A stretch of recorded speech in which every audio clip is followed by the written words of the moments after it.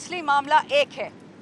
जो अज़्बे इस्तेहकाम ख्वाजा आसिफ बाइडन के कहने में पाकिस्तान में लाना चाह रहा है, हमारे पुलिस वाले, हमारे अफवाज इनको शुहदा बनाने वाले हैं। हमारे कल एक सेनेटर साहब की शहादत हुई है। गेम सारी ये है, स्टूपिड खबरें चलाते हैं और पीछे से हमें पता है खबरें कौन चला रहा है। गेम सारी है कि आवाम को बुद्धू बनाओ। महंगाई तो है ही नहीं, बिजली के बिल तो है ही नहीं, पानी का क्या मसला है, गैस का क्या मसला है, पेट्रोल इंशाल्लाह उमर भाई ने आपको बताया था 1 अगस्त से 80 रुपए फी लीटर महंगा हो रहा है। असली गेम ये चल रही है, इनकी नाकामी। शेर अफजल ने हेयर पिन लगा लिया, शानदाना ने दुपट्टा रंग बदल दिया जी, उसके जूते बदल गए। ये कोई खबरें, खुदा का खौफ करें।